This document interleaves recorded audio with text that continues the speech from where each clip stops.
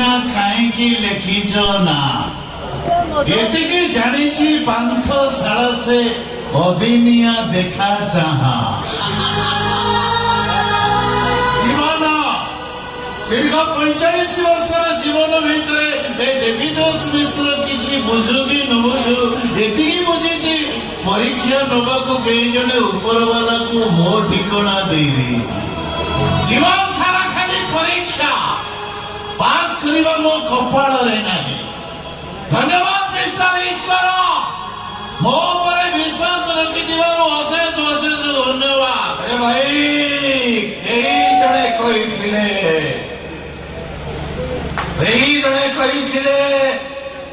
ଚିତ୍କାର କରି ହସୁଥିବା ବ୍ୟକ୍ତିର ପକେଟ ଉଣ୍ଡାଳି ଦେଖିଲେ ଟଙ୍କା କି ସୁନା ପାଇବନି ପାଇବ ଗୋଟାଏ ଲୁହରେ ଭିଜା ରୁମାଲ ଆଜି ଯୋଉଟା କି ମୋ ହାତ ମୁଠାରେ ଅଛି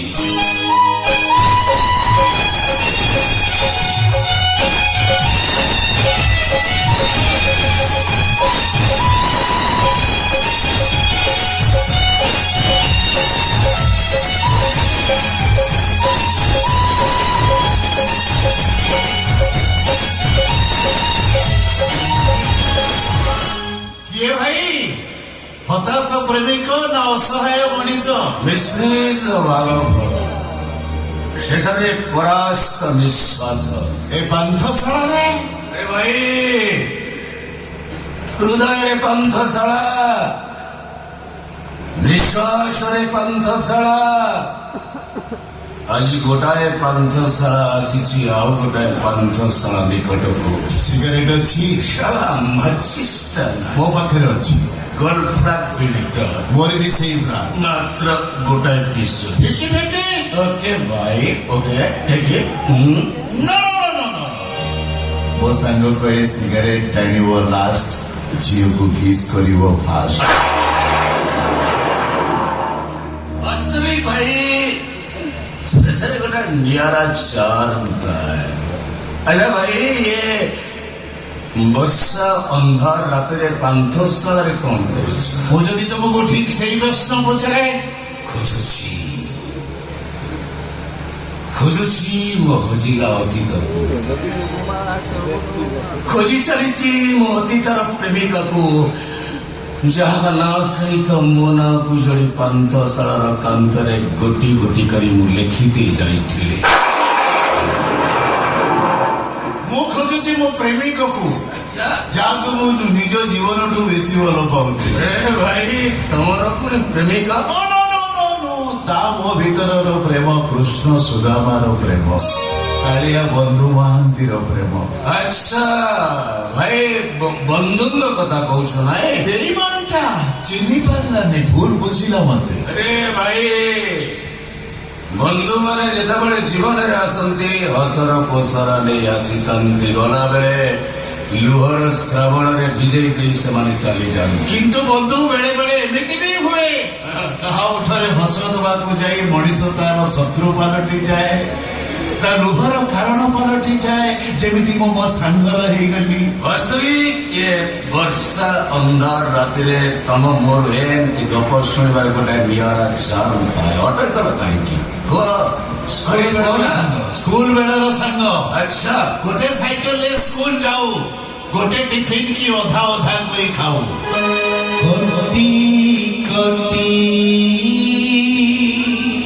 ଭାଇ ସାପ ବଦଳ ବଦଳ କରି ପିନ୍ଧୁଥିବ ନିଶ୍ଚୟ ଜଣେ କିଏ ଝଗଡ଼ା କଲେ ତା ପାଇଁ ଆଉ ଜଣେ ବାହାରି ପଡିଥିବ ନିଶ୍ଚୟ ତମେ କେବେ ଜାଣିଲ ତମର ବି ସାଙ୍ଗ ଥିଲେ ନା କଣ ଗୋଟାଏ ବାଇ ଗୋଟାଏ ମୋବାଇଲ ଫୋନ ଗୋଟାଏ ପ୍ରେମିକା ଦି ଜଣ ଗୋଟିଏ ଝିଅକୁ ଲାଇନ ମାରୁଥିଲେ ସତ ହେଲେ ସେ ଶଳାଟା ଜିତିଗଲା ଗୀତା ତାର ହେଇଗଲା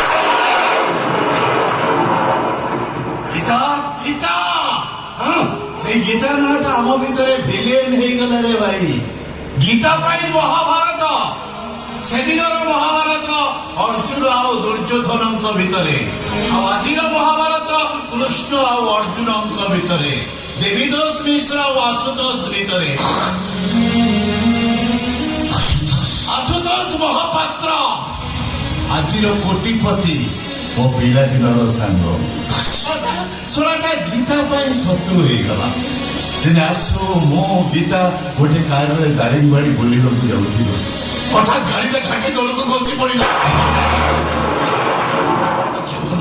ଭାଗ୍ୟ ଭଲ ଆମେ ବଞ୍ଚିଗଲୁ। ପ୍ରଥମେ ମୁଁ ଭଲ ହେଲି, ତାପରେ ଗୀତା 2 ମାସ ପରେ ଆସୁ ମୁଁ ଘରେ ଥାଏ। ଗୀତା ମତେ ଫୋନ କଲା। ମୁଁ ପଚାରିଲି କୋଉଠି? ସେ କହିଲା ଡକ୍ଟରଙ୍କ ପାଖରେ। ମୁଁ ଆସି ପହଞ୍ଚିଲି, ଦେଖିଲି ଗୀତା ଚୁପଚାପ ଠିଆ ହେଇଛି। ମତେ ଦେଖି ଛୋଟ ଛୁଆଙ୍କ ଭଳି କାନ୍ଦିଲା।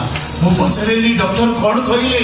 ସେ କହିଲା ଡକ୍ଟର କହିଲେ ଏ ଝିଅ କେବେ ଜୀବନରେ ପିଲାର ମା ହେଇପାରିବନି।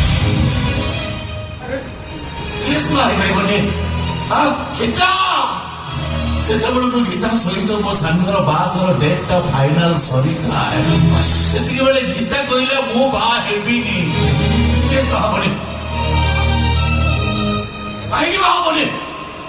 ବାହାଘର ଶବ୍ଦ ତ ନୁହଁ, ବାହାଘର ଶବ୍ଦର ଅର୍ଥ ତ ନୁହଁ ସନ୍ତାନ ସୃଷ୍ଟି କରିବା। ଅନେକ ବୁଝେଇଛି ହେଲେ ବୁଝିଲାନି। କହିଲେ ନିଜ ପ୍ରେମିକକୁ ପାଇବା ପାଇଁ ଗୋଟେ ବଂଶର ଭବିଷ୍ୟତ ସହିତ ଖେଳିବା ପାପ ହବ। ଏଇ କଥାଟା ତା ପ୍ରେମିକା କହିଲେ କାହିଁକି? ରାଣ ପକେଇଦେଲା। ମୋ ସାଙ୍ଗର ରାଣ ଜଗନ୍ନାଥଙ୍କ ରାଣ ପକେଇଥିଲେ କହିଦେଇଥାନ୍ତି, ହେଲେ ମୋ ସାଙ୍ଗର ରାଣ ପକେଇଦେଲା ଇଡିୟଟଟା। ଯୋଉଥିପାଇଁ କି ଏଯାଏ ଆଶୁତୋଷକୁ ମୁଁ ଏକଥା କହିପାରିନି। କେମିତି କହିବି? ରାଣ ପକେଇଛି ମୋ ସାଙ୍ଗର ଅମଙ୍ଗଳ ହବନି।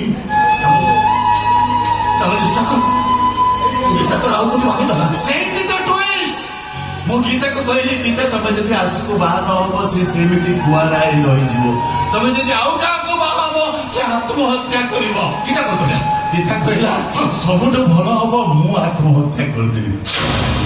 ମୁଁ କହିଲି ଠିକ ଅଛି, ଗୋଟେ କାମ କର, ଚାଲ ମୁଁ ତମ ସ୍ୱାମୀ ହେଇଛି। ମିଛି ମିଛିକା ସ୍ୱାମୀ। କାହିଁକି ପଚାର? ବସ୍ ବସ୍ କାହିଁକି?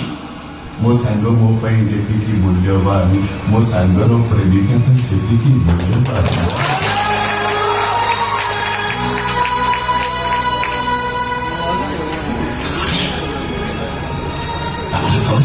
ମିଛି ମିଛିକା ସ୍ୱାମୀ ସ୍ତ୍ରୀ।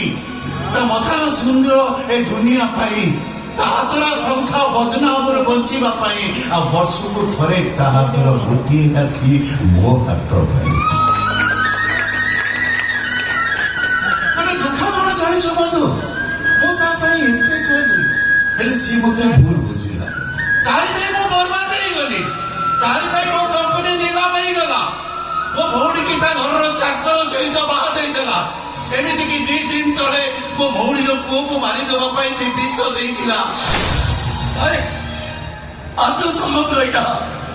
ସେ କେବେ ବି କାମ କରିପାରିବନି। ଜାଣିଛି ଜାଣିଛି ଆଦୌ କରିପାରିବନି ସେ। ମୁଁ ଜାଣିଛି ମୋ ସାଙ୍ଗକୁ ମୁଁ କଣ ଚିହ୍ନିନି। ମୁଁ ଜାଣିଛି ମୋ ସାଙ୍ଗ କେବେ ଏମିତି କାମ କରିନଥିବ। ଜଣେ ଭଲ ବନ୍ଧୁ କେବେ ବନ୍ଧୁକ ହେଇପାରିବନି, ଆଉ ଜଣେ ଭଲ ବନ୍ଧୁ କେବେ ଶତ୍ରୁ ହେଇପାରିବନି। ତମେ ଜାଣିଛ ଆଜିକି ଠିକ 20 ବର୍ଷ ତଳେ ଆମେ ଦିନେ ଏଇଠି ଥିଲୁ।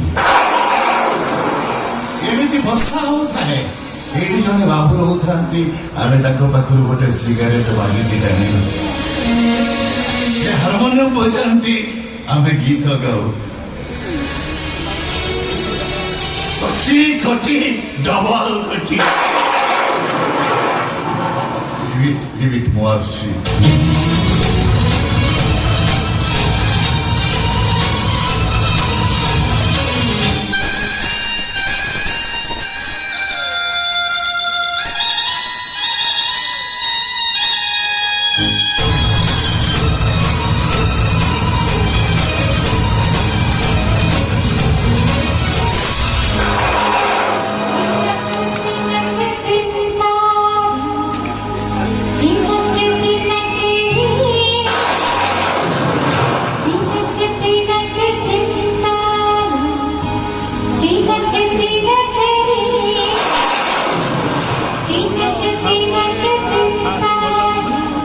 Tina,